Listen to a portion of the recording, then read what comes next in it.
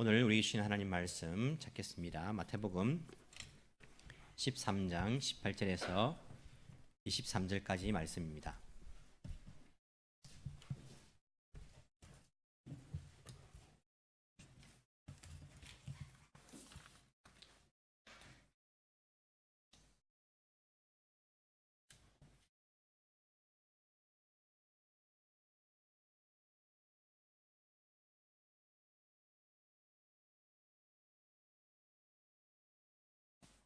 마태복음 13장 18절에서 23절까지 말씀입니다.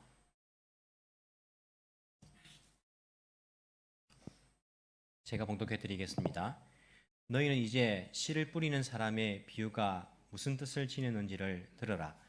누구든지 하늘나라를 두고 하는 말씀을 듣고도 깨닫지 못하면 악한 자가 와서 그 마음에 뿌려진 것을 빼앗아간다.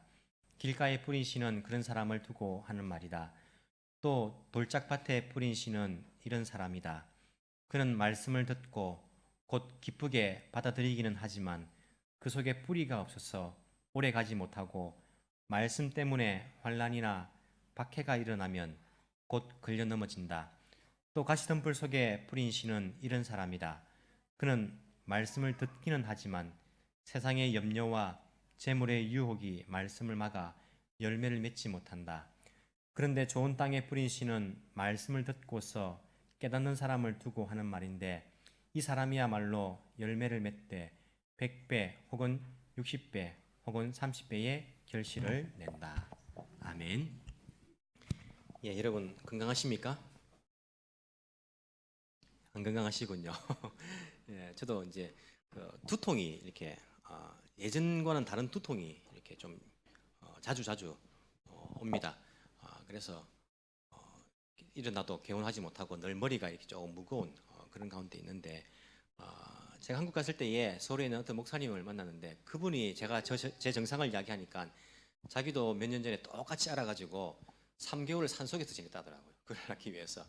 그게 두통이 머리 아픈 게 원인이 아니고 이 목 쪽이 이렇게 딱딱해져 가지고 머리까지 이렇게 이제 두통이 온다라고 말하더라고요. 이 목이 아픈 이유는 또 뭡니까?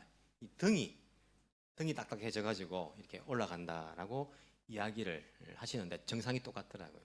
원인은 무엇입니까? 라고 물어보니까 뭘까요? 스트레스. 목사가 돼가지고 스트레스 때문에 예, 참 이런 머리가 무겁고 이런 일이 있다는 것이 죄송하기도 합니다. 여러분 우리가 고민은 할 수 있을 것 같아요. 우리 아이들 미래를 위해서 어떤 길이 좋을까 고민하기도 하고 내가 어떻게 살면 더 좋은 삶일까 고민은 괜찮지만은 무엇은 하면 안 된다? 걱정은 하면 안 됩니다. 야, 어떻게 될까? 큰일 나는 거 아닌가? 걱정은요 불신앙입니다. 걱정은 하지 마십시오. 어떤 분은 카톡 푸사입니까? 제일 앞쪽에 인사말에 그렇게 적어놨더라고요. 걱정을 해서 걱정이 없어지면 걱정이 없겠네. 잘 생각해 보니까 맞는 말 같아요. 걱정을 해가지고 걱정이 없어진다면 걱정이 없겠네. 예, 그래서 걱정하는 것이 아니라 우리 주님께 모든 것을 맡기는 우리의 삶이 되기를 소망합니다. 오늘 찬양처럼 그분은 보이지 않지만은 우리 길을 인도하시는 분입니다.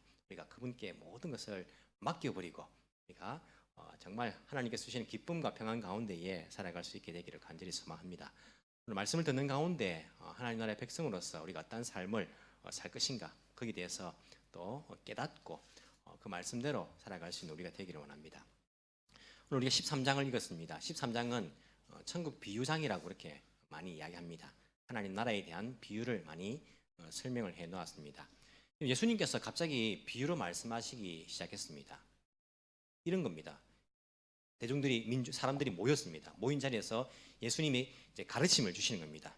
여러분 우리가 읽지 않았지만은 이 비유의 앞에 부분 보시면 예수님께서 하신 말씀이 나옵니다. 장소는 물가라고 합니다. 예수님은 배에 앉으셨다. 13장 2절이죠. 그렇게 나옵니다. 그때 예수님께서 이렇게 말씀하십니다. 사람들에게 보아라. 씨를 뿌리는 사람이 씨를 뿌리러 나갔다. 사람들이 듣는 겁니다. 예수님 무슨 말씀하시지? 씨를 뿌리는 사람이 왜 갑자기 저런 말씀하시지? 씨를 뿌리는데 길가에 떨어진 것이 있었다. 새들이 와서 쪼아 먹어버렸다. 또 어떤 씨는 흙이 얇은 돌밭에 떨어졌다. 근데 그 흙이 깊지 않아 가지고 싹은 나지만은 해가 뜨니까 타버렸다. 뿌리가 말라버렸다. 또 어떤 시는 가시덤불에 떨어졌다.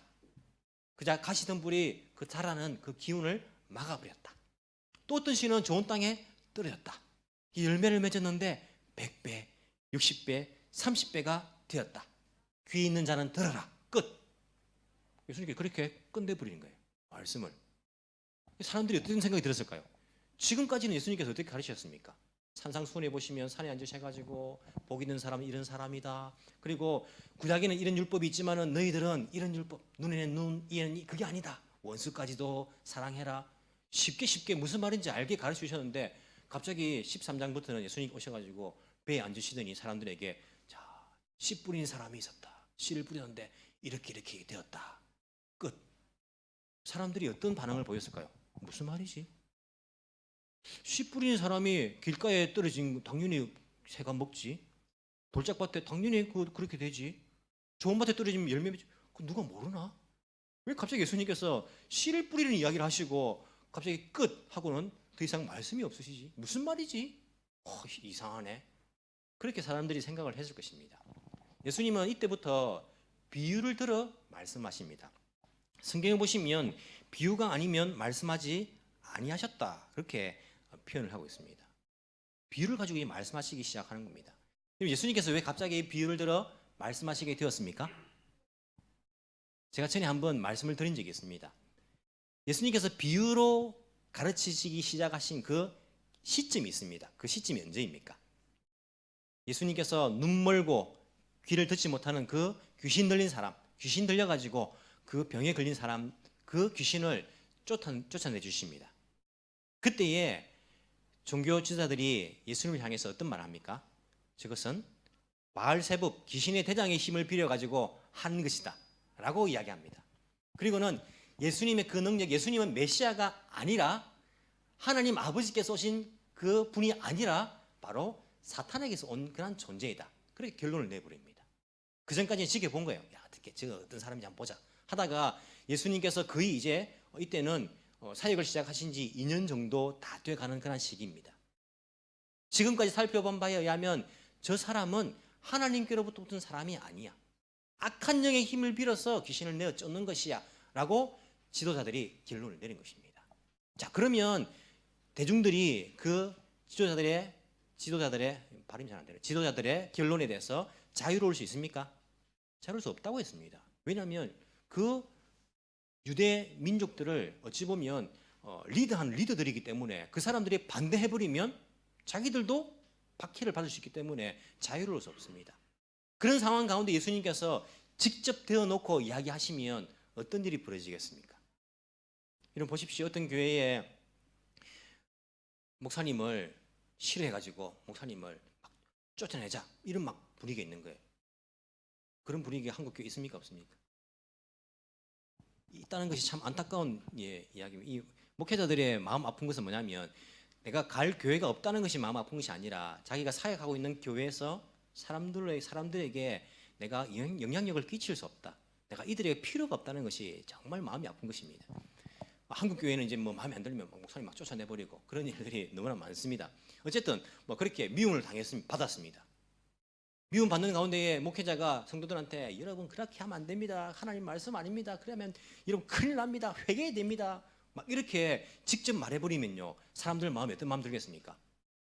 빨리 내보내겠다. 이래가 안 되겠다. 막 이런 마음이 들 거지 않습니까? 그럴 때 어떻게 합니까? 비유로서 돌려가지고 여러분 하나님 말씀을 보십시오 하면서 자기의 정말 의도가 있지만 돌려가지고 이야기하면 그나마 나을 수 있겠죠. 하지만 속마음은 무엇입니까? 속마음은 알아주기를 원하는 마음입니다. 예수님께서 만약에 직접적으로 메시아적으로 가르침을 막 가르치면요 더 미움받아가지고 더 빨리 십자가에 돌아가실 수 있는 거예요. 예수님은 예수님이 정하신 그 시기에 십자가에 달리셔야 됩니다. 공생의 사역을 다 마치시고 그래서 사람들에게 이제부터는 비유를 들어 말씀하시기 시작한 거예요. 사람들이 알지 못하도록 숨기기 위해서 알지 못하도록. 그래서 너희들이 들어도 보아도 보지 못하고 들어도 듣지 못하고 깨닫지 못하는데 내가 그것을 위해서 그렇게 한다. 비유라는 것은 무언가를 숨긴다는 거지 않습니까? 사람들에게 비유를 들어 말씀하시기 시작했습니다. 그리고는 대중사역이 아니라 이제부터는 제자들을 향해서 집중적으로 제자들을 향해서 집중해서 사역하시는 그러한 예수님의 사역을 우리가 볼 수 있습니다. 이게 바알세불의 힘을 빌어서 예수님이 귀신을 쫓아낸다, 그 일이 있은 것을 기점으로 해서 예수님의 사역이 제자들 훈련하는 그 일에 집중을 하시고, 그리고 제자들에게는요 그 비유의 뜻을 다 풀어서 설명해 주시는 것을 우리가 볼 수 있습니다. 이런 보시면 13장에서 나오는 비유들이 이 씨 뿌리는 사람의 비유만 있는 것이 아닙니다. 뒤에 보시면 어떤 비유들이 나옵니까? 24절에 보시면 밀과 가라지의 비유, 또 31절에 겨자씨와 누룩의 비유, 또 뒤에 넘어가시면 세 가지 비유에서 밭에 숨겨놓은 보물, 그리고 진주, 좋은 진주의 비유, 그리고 그물에 관한 비유, 이런 비유들이 뒤에 계속 나오고 있습니다. 나오고 있는데 이 13장에 나오는 비유들의 공통점이 있습니다. 이 공통점이 뭘까요? 한번 보십시오. 이 비유들에 나오는 공통적으로 나오는 말이 있습니다.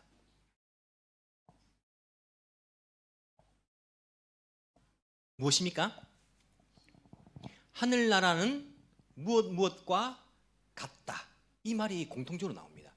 예수께서 24절에 하늘나라는 자기 밭에 좋은 씨를 뿌리는 사람과 같다. 31절에 하늘나라는 무엇과 같다. 모든 비유들에 나오는데 보면 무엇과 같다, 다 그렇게 나오고 있습니다. 즉 무슨 말입니까? 13장에 나오는 비유들은요 무엇에 관한 내용입니까? 하늘나라에 관한 비유입니다. 이런 마태복음에서는 하늘나라라고 표현을 했습니다. 그리고 다른 한글 성경에 보시면 천국이라고 그렇게 표현을 하기도 합니다. 예수님께서 오셨을 때에 회개하라, 천국이 가까워왔느니라 이렇게 적은 것도 있고, 회개하라, 하나님 나라가 가까이 왔느니라 이렇게 적은 것도 있지 않습니까? 여러분 이 씨 뿌리는 사람 비유와 여러 가지 비유들, 이 비유들의 이야기들을 마가복음과 누가복음에 나오는 그런 성경을 찾아보시면요 하늘나라, 천국이라 표현하지 않고 뭐라고 표현할까요?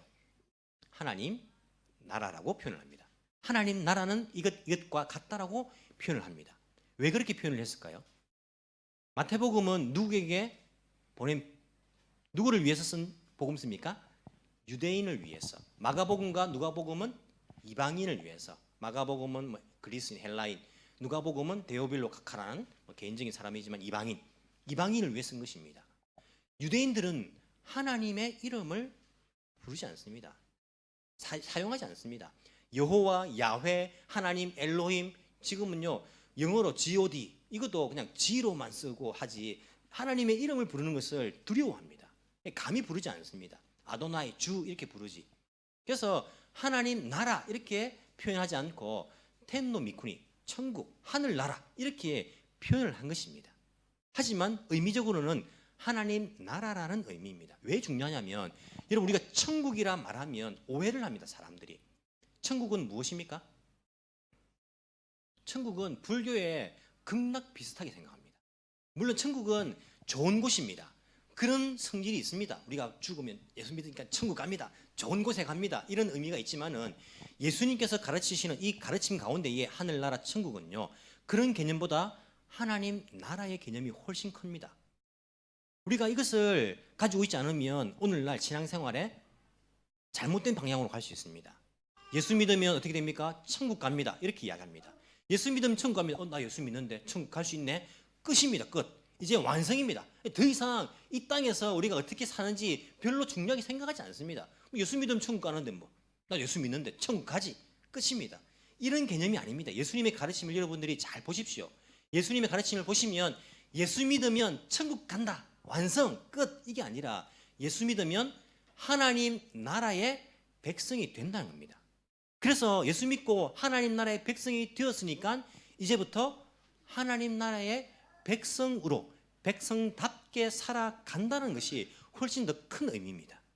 우리가 이 개념을 이해하지 않으면요 우리는 삶이 따라주지 않는 그리스도인이 되어버립니다. 예수 믿으면 천국 가는데 그것으로 되었지, 또 뭘 이 땅에 살면서 우리가 수고를 하느냐, 현실적으로 살아가면 되지, 그렇게 생각해버립니다. 그래서 얼마나 이 땅에 오늘날의 교회들이 타락의 길을 걷고 있습니까? 여러분 예수 믿으면 천국 갑니다. 하지만 그것이 모든 그런 끝이 아니라 예수 믿으면 하나님 나라에 들어가게 된 것입니다. 그래서 하나님 나라 백성으로 살게 된 것입니다. 예수 믿는 그 순간부터. 그렇기 때문에 여러분들은 지금 이 순간부터라도 하나님 나라 백성답게 살아가는 것이 훨씬 더 중요한 것입니다. 이것이 예수님께서 가르쳐주시는 하나님 나라에 관한 것입니다. 그래서 복음서를 읽으실 때에 천국, 하늘나라라고 이러면 나오는 그 단어에서는 천국, 죽으면 가는 좋은 천국 이렇게 생각하지 마시고 하나님 나라라고 생각하시면서 내가 그 나라의 백성이 된다는 그 개념으로 읽으시는 것이 훨씬 더 여러분들이 이해하기가 쉽습니다. 자, 모든 비유들은 하나님 나라에 관한 비유들입니다. 하늘나라는 이것과 같다. 그래서 여러분 이 비유를 읽을 때는요, 하나님 나라는 이런 성질이 있구나, 이런 특성이 있구나. 이 말씀에서는 하나님 나라에 관한 것을 여러분들이 배워야 됩니다. 다른 이야기하면 안 됩니다. 성경 읽어놓고 다른 이야기하면 안 됩니다. 이것은 하나님 나라에 관한 비유이기 때문에 하나님 나라가 어떠한 것이 내려서 여러분들이 배우는 것이 필요합니다. 자, 그런데 이런 뒤에 나오는 비유들과 오늘 읽었던 씨 뿌린 자의 비유는 조금 다릅니다. 어떻게 다를까요? 어떻게 다를까요? 씨 뿌리는 자의 비유는 하나님 나라는 이와 같다라는 말이 나옵니까? 안 나옵니까?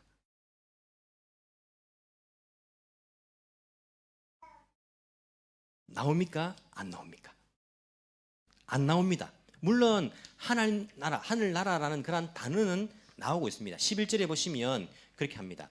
너희에게 하늘나라의 비밀을 아는 것을 허락해 주셨다. 그러니까 하늘나라에 관련된 그런 비유구나. 그 정도로 생각할 수 있습니다. 또 19절에 보시면 어떻게 나옵니까?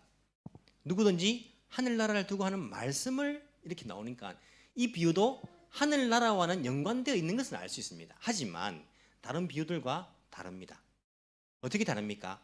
씨 뿌리는 자의 비유는 하늘나라 자체에 관한, 하늘나라는 이와 같다에 관한 이야기가 아니라 하늘나라를 두고 하는 말씀에 관한 비유입니다.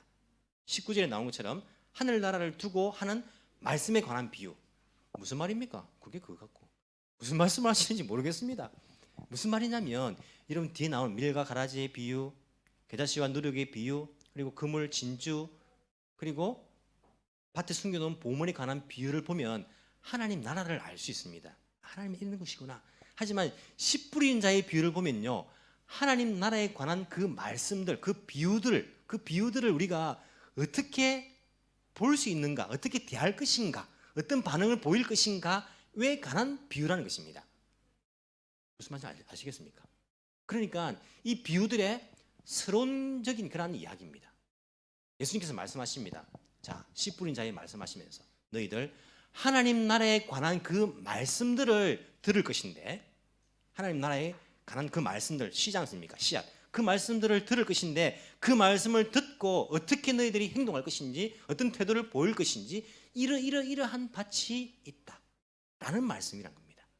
그래서 뒤에 나오는 비유들은 하나님 나라는 이러이러한 성질의 것이다, 그 자체에 관한 이야기지만은 이 씨 뿌린 자의 비유는 모든 비유들의 서론적인 그러한 의미를 갖고 있습니다. 너희들 앞으로 내가 가르칠 하나님 나라에 관한 그 말씀들, 그것을 듣고 너희들이 어떻게 반응을 할 것인가, 이러이러한 네 가지의 반응이 있을 수 있다라는 표현으로서 예수님께서 씨 뿌린 자의 비유를 말씀해 주신 것으로 알 수 있습니다. 네 가지 반응이 나옵니다. 어떤 반응입니까? 첫 번째는 길가에 뿌린 씨앗입니다. 말씀을 듣습니까? 안 듣습니까? 듣습니까? 안 듣습니까? 말씀을 듣기는 듣습니다. 19절에 보시면 듣고도, 하늘나라를 두고 하는 말씀을 듣고도 깨닫지 못하는 것입니다. 두 번째 밭도 20절에 보시면 돌짝밭에 뿌린 씨는 그는 말씀을 듣고 듣습니다. 세 번째 밭도 22절에 가시 등불 속에 그 말씀을 듣기는 하지만, 좋은 땅에 뿌린 씨도 23절에 말씀을 듣고서 말씀을 다 듣습니다. 이런 세상 사람들은 말씀을 듣고 있습니까? 안 듣고 있습니까? 안 듣고 있습니다. 이런 말씀을 듣는 사람은 누구입니까? 여기 안에 있는 사람들입니다. 그래서 네 가지 반응이 저 사람들하고 우리가 다르다가 아니라 우리 가운데 이런 반응이 있을 수 있다는 것입니다. 길가에 뿌린 씨앗의 사람은 말씀을 듣지만은 깨닫지 못합니다. 아예 하나님 나라에 관해서 관심이 없습니다. 그러니까 그 씨앗이 떨어지자마자 없어집니다. 관심이 없는 것입니다. 무관심입니다. 돌짝밭에 뿌린 씨앗은 무엇입니까? 말씀을 들을 때 기뻐. 와, 그래 하나님 말씀, 하나님 나라는 저런 것이지, 우리가 저렇게 살아야지, 야 나도 그렇게 살아야지, 기쁨으로 받습니다. 받지만은 뿌리가 깊지 못하기 때문에 환난이나 박해가 오면요 포기하는 것입니다. 가시덤불에 뿌려진 씨앗은 말씀을 듣습니다. 듣고는 그렇게 살고자 하지만은 세상의 염려, 이 세상의 가치관입니다. 세상이 살아가는 그런 삶의 방식입니다. 거기에 말씀이 막혀버립니다. 말씀은 말씀이고 현실은 현실이지, 다르지. 직장에서는, 내가 밖에서는, 학교에서는 다르지. 이게 현실이란 말이야. 거기에 그냥 순응하고 살아가 버리니까 열매를 맺지 못하는 것입니다. 즉 말씀을 듣지만은, 하나님 나라에 관하여서 우리가 듣지만은 무관심, 그리고 어려운 일들, 박해들, 그리고 이 세상의 그런 유혹들, 이 세상의 원리들, 거기에 막혀가지고 하나님 나라의 말씀이 열매를 맺지 못하는 것, 그런 삶이라고 이 세 가지 밭을 이야기를 하고 있습니다. 이런 많은 사람들이 여기 있지 않습니까? 많은 사람들이 하나님 나라의 말씀을 듣지만은 별로 관심, 하나님 나라가 뭔데, 이 현실이 더 중요하지. 듣지만은 어려운 일이 생겨버리면요 그만, 이렇게 하면 안 되지, 내가 역시 세상의 풍조를 따라서, 그리고 세상 속에서 내가 또 내 미래가 어떻게 될지 모르니까 염려와 걱정해서 세상 사람들이 하는 그대로 따라가는 이러한 삶이 크리스찬 가운데서도 얼마나 많은지요. 여러분, 우리가 이 예수님 비유를 보면서 중요한 것이 있습니다. 그것이 뭐냐면 우리가 말씀을 듣고 깨닫는 것이 너무나 중요하다는 것입니다. 여러분, 첫 번째 길가밭에 떨어진 사람이 말씀을 듣고 어떻게 했습니까? 19절에 말씀을 듣고 깨닫지 못하면, 그러면 좋은 밭의 사람은 어떻게 했습니까? 23절에 말씀을 듣고 깨닫는 사람을 두고 하는 말이다. 여러분, 깨닫는다는 것이 얼마나 신앙생활에서 중요한지 모릅니다. 깨닫는 것이 구원의 근거는 아닙니다. 이런 구원파는요 깨달음에 의한 구원입니다. 그래서 깨달은 사람이 구원받은 겁니다. 하지만 우리가 깨달음 자체가 구원의 근거는 되지 못합니다. 내가 깨달았으니까 구원받고 깨닫지 못했으니까 구원받지 못하고, 그것은 아닙니다. 하지만 깨달음이라는 것은 매우 중요한 것입니다. 아는 것과는 다릅니다. 이해하는 것과 다릅니다. 깨달음이라는 것은 알고 이해하지만은 깨닫지 못할 수가 있습니다. 여러분, 왜 우리가 하나님 나라에 대해서 관심이 없습니까? 왜 어려운 일이 생기면 신앙을 포기해버립니까? 왜 세상의 그 돈 중심의, 재물 중심의 그 황금 만능주의, 그 유혹을 뿌리치지 못합니까? 현실을 뿌리치지 못합니까? 어찌 보면요 깨닫지 못했기 때문입니다. 깨달음이 얼마나 중요한지 모릅니다. 저도 지금도 젊지만은 훨씬 더 젊었을 때는요 깨닫지 못한 것이 있었습니다. 어른들이 말하기를 정직해야 된다, 그리고 사람이 신실해야 된다, 그것이 재산이다. 정직하고 신실한 게 무슨 재산이지? 깨닫지 못하는 거예요. 알기는 알겠어요, 말하는 무슨 뜻인지 알기는 알겠는데 그게 왜 그런지는 제가 깨닫지 못했습니다. 그래서 제가 내가 머리를 써가지고, 내가 머리를 막 굴려가지고 좀 많이 가질 수 있고, 내가 머리를 막 굴려가지고 좀 편하게 살고, 이런 것을 생각했어요. 변화되기 전에 야곱처럼 내 힘으로 뭔가를 좀 이렇게 열심히 좀 해가지고 막 좀 이렇게 편법을 써가지고 하면 내가 더 잘 될 것 같은 그런 마음이 들었습니다. 조금씩 이렇게 살다 보니까, 또 교회에서 사역자로서 살다 보니까 이게 무슨 말인지를 이제는 알겠는 거예요. 깨닫는 거예요. 사람은 정직해야 된다, 그리고 신실해야 된다, 이게 재산이구나. 조금 늦게 갈지 모르지만은 변하지 않는 것, 그리고 내가 잘못했을 때도 내가 잘못한 것을 변명한다고 근데 그게 아니고 이것은 저 사람이 이렇게 해가지고 이 사람이 이렇게 해가지고, 이게 아니라 잘못한 것은 그냥 솔직하게 제가 잘못했네요, 죄송합니다, 이렇게 말하는 것이 훨씬 더 좋은 것이구나. 제가 깨달았습니다. 깨닫고 나니까 내 행동이 바뀌더라고요. 좀 천천히 가더라도, 내 자존심이 상하더라도, 내가 부끄러움을 좀 당하더라도 그냥 신실하게 정직하게 그렇게 하는 것이 맞구나. 깨달으니까 바뀌더라니까요. 여러분, 아이들도요 공부해라 공부합니까 안 합니까? 하는 척합니다. 하는 척. 언제 공부합니까? 자기가 깨달아야 공부합니다. 깨달아야지. 공부해야겠다, 공부하면 안 되겠구나, 이 깨달아야지 진짜 공부가 되는 거 아니겠습니까? 우리가 살면서도 이게 자기가 깨달아야지 바뀌는 거예요. 운동해라 운동합니까? 안 합니다. 근데 운동 안 하다 보니까 자기가 덜컥 병에 걸린 거예요. 운동 안 하다 보니까 덜컥 이제는 걷지를 못하는 거예요. 그러면 어떻게 됩니까? 깨닫습니다. 아, 운동해야 되겠구나. 운동했어야 되겠구나. 되는 것이구나. 깨닫는 거예요. 깨달으면 한다니까요. 여러분, 신앙생활 가운데에 우리가 변화되지 않는 것은요, 깨닫지 못했기 때문입니다. 예수님의 사랑 여러분들 압니까 모릅니까? 압니다. 하나님께서 자기의 독생자 아들, 하나뿐인 아들을 이 땅에 주셨다. 죄인들을 위해서 압니다. 무슨 말인지 이해합니다. 예수 믿어야지 하나님 나라 백성이 된다. 압니다. 이해합니다. 그런데 여러분, 그 예수님의 사랑을 정말 깨달아야지 예수님을 위해서 목숨 걸고 우리가 그분을 사랑할 수 있게 됩니다. 아는 것, 이해하는 것과 깨닫는 것은 다른 것입니다.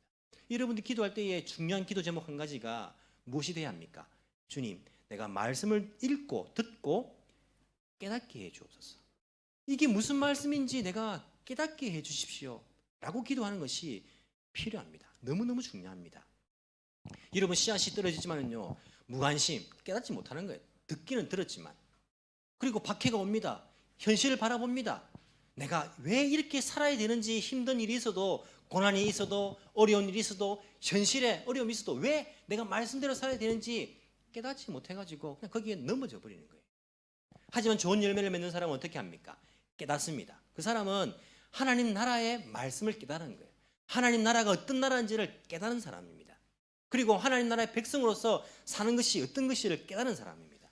그렇게 살면 하나님께서 나에게 열매 맺게 해주신다는 것 깨닫는 사람입니다. 깨닫기 때문에 어떻게 합니까? 고난도 견딥니다. 깨닫기 때문에. 마태복음에 보시면 말씀을 듣고 깨닫는 사람이라고만 표현하지만은 누가복음에 보면 똑같은 이야기를 어떻게 표현하냐면, 누가복음에는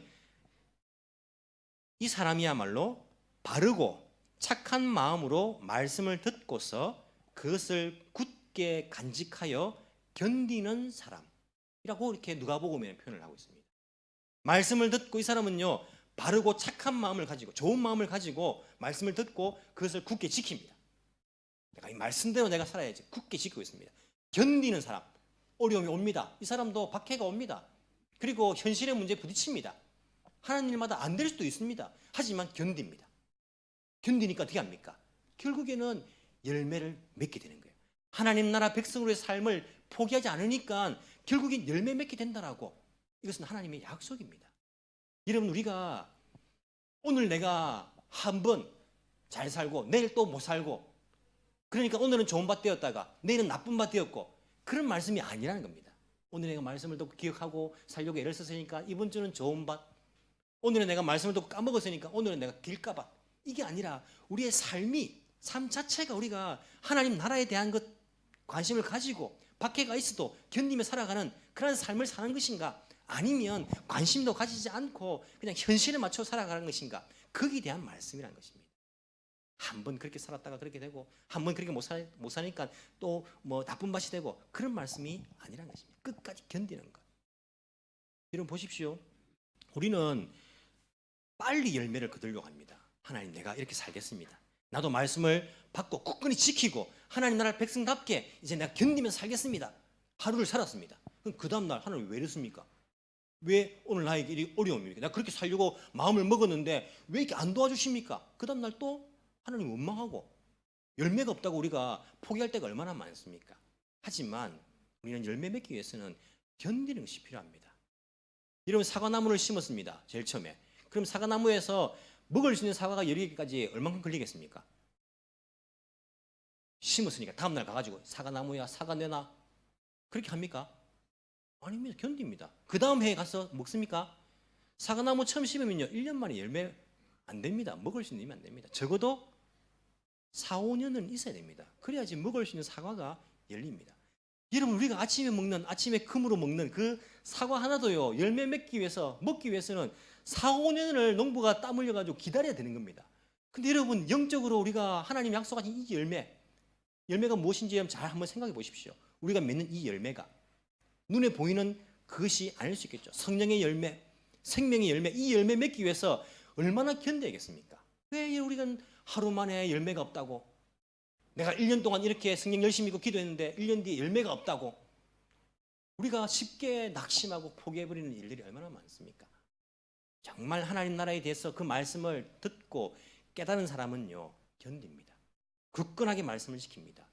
풍랑이 오고 인생 가운데 박해가 오고 인생 가운데의 현실의 문제에 부딪혀도 결코 포기하지 않습니다. 주님, 괜찮습니다. 그래도 하나님 나라 백성으로 사는 것이 얼마나 가치 있는 일인지, 비교되지 않는 일인지 내가 알기 때문에 주님 살아계심을 내가 알기 때문에 내가 굳건하게 지켜나가겠습니다. 결코 포기하지 않는다는 것입니다. 늘 말씀드리지만은 일희일비하지 마십시오. 하나 좋은 일 생겼다고 하하, 하나 나쁜 일 생겼다고 그렇게 사는 것이 아니라 하나님 나라 백성답게 인내하면서 내가 가진 이 보물을 굳건히 지켜나갈 수 있는 그런 믿음들이 필요한 것입니다. 여러분, 헬라 철학자 가운데에 플라톤이라는 사람이 있습니다. 플라톤은 저도 잘 모릅니다. 철학을 제가 학교 다닐 때에 다 좋은 성적 받았는데 철학만 유일하게 C 이렇게 받고 있기 때문에 철학 잘 모릅니다. 하지만 플라톤이 천재 중에 천재인 것은 알겠어요. 플라톤이 지금 우리 정치에 미친 영향이 얼마나 많습니까? 정치 철학 그리고 오늘날에 미친 영향들, 이 플라톤의 그 사상에 영향을 받은 것이 지금까지도 얼마나 많은지 모릅니다. 플라톤이 하나님을 믿는 하나님 나라 백성이었습니까? 아니, 이 사람은 철학자. 그냥 철학자인 거예요. 철학자인데도 뭘 깨달았습니까? 이 사람은 형이상학, 형이하학을 알았습니다.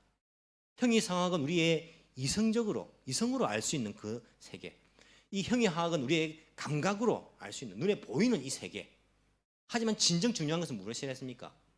뭐 이데아라는 그런 어려운 말 쓰면서 형이상학적인 것이 훨씬 더 실존적이고 중요한 것이고 그것을 추구하는 것이 우리에게 마땅한 삶이라고 그렇게 이야기했지 않습니까? 여러분, 이 철학자도 그것을 깨닫고 이야기하는데 하나님을 믿는 하나님의 백성이 이 땅의 삶, 이 땅의 눈에 보이는 것만 관심을 가지고 이 땅에 소망을 두고 거기에 굴복하고 살아가는 그런 신앙이 되어서 되겠습니까? 우리는 눈에 보이지는 않지만은 이 땅의 세계, 이 세상과 비교할 수 없는 하나님 나라, 그 나라에 소망을 두고 그 값진 진주를, 그 밭에 감추인 그 보물을 내가 모든 것을 다 팔아서라도 그것을 가질 수 있는, 모든 것을 헌신하고 희생해서라도 그것을 지켜나갈 수 있는 그런 믿음을 가져야 될 거 아닙니까? 여러분, 우리는 하나님 나라의 백성입니다. 여러분, 하나님 나라 백성으로서 이 현실의 세계에서, 이 땅의 세계에서 타협하지 않고 누가 보아도 하나님 나라 백성답게 살아갈 수 있는 우리의 삶이 되어야 될 것입니다. 하나님은 눈에 보이지 않지만 우리를 보고 계십니다. 인도하십니다. 지켜주십니다. 뿐만 아니라 그분은 우리의 삶을 간섭하십니다. 폭풍이 우리에게 몰아닥친다 하더라도 그분은 우리와 함께 날아오를 수 있도록, 그 풍랑을 날아오를 수 있도록, 그 파도를 우리가 탈 수 있도록 우리에게 힘주시는 분이십니다. 우리의 주인 되시며 그 가운데서도 우리의 영혼이 흔들리지 않도록 우리가 견딜 수 있도록 그렇게 우리를 도우시는 분이십니다. 그저 우리는 어려운 가운데서 손들고 포기하는 것이 아니라 잠잠하게 주님 바라보시면 됩니다. 우리나라의 왕이신 그분이 우리와 함께 하시기 때문에 그분 바라보면서 하나님 나라 백성으로서 온전하게 살아갈 수 있는 그러한 저와 여러분이 되기를 간절히 소망합니다. 이 시간 우리가 한번 합심해서 기도하기를 원합니다. 주님, 내가 말씀을 듣고 말씀을 읽고 깨달을 수 있는 그러한 은혜를 허락하여 주옵소서. 성령께서 우리에게 생각나게 해주시고 말씀을 깨닫게 해주신다라고 말씀했는데 성령께서 나를 인도해 주셔가지고 말씀을 읽을 때에 무슨 말인가 깨달을 수 있는 그런 은혜를 나에게 허락하여 주옵소서. 주님, 그래서 내가 하나님 나라 백성으로서 주님 의지하면서 세상에 굴복하지 않고 세상을 이기며 살 수 있는 그러한 믿음의 사람 되게 하여 주옵소서. 그친 파도가 나의 인생 가운데 나를 향해서 온다 할지라도 주님 힘 주셔가지고 주님과 함께 내가 그 파도를 날아오를 수 있다는 것 믿고 염려와 걱정 다 버리고 주님 바라보며 살게 하여 주옵소서. 폭풍 가운데서도 나의 영혼이 주님과 함께 날아올 수 있도록 그렇게 주님 우리의 삶을 인도하여 주옵소서. 이 시간 우리 합심해서 한번 간절하게 기도하시겠습니다.